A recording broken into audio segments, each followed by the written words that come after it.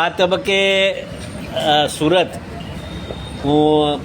social media મારફતે હું સૌનો આભાર માનવા અહીંયા આવ્યો છું કે નવનીતભાઈને જે ન્યાય મળ્યો અને સમસ્ત કોળી સમાજ એ જે ન્યાય અપાવવાના પ્રયત્ન કર્યા અને ખાસ કરીને હું આભાર માનીશ આ સોશિયલ મીડિયામાં જે યુવાનોએ અને ખાસ કરીને ભાઈ શ્રી ઝાલાભાઈ હોય, સનીભાઈ હોય, વિશાલભાઈ હોય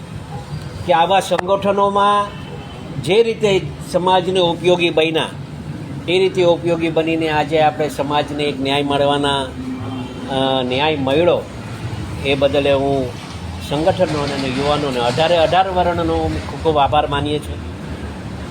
અમસ્ત જ આજે તો શુભેચ્છા મુલાકાત આજે લેવા અહીંયા આવ્યો છું અને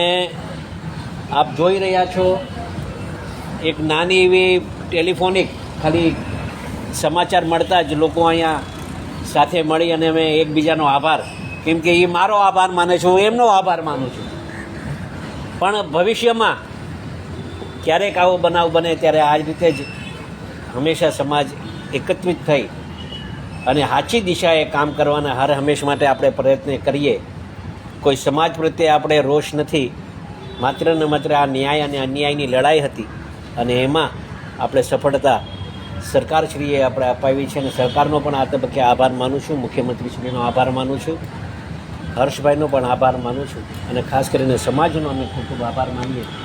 દરેક યુવાનોનો અમે ખૂબ ખૂબ આભાર માનીએ છીએ, મંત્રીશ્રીઓનો આભાર માનીએ છીએ, ધારાસભ્યશ્રીઓનો આભાર માનીએ છીએ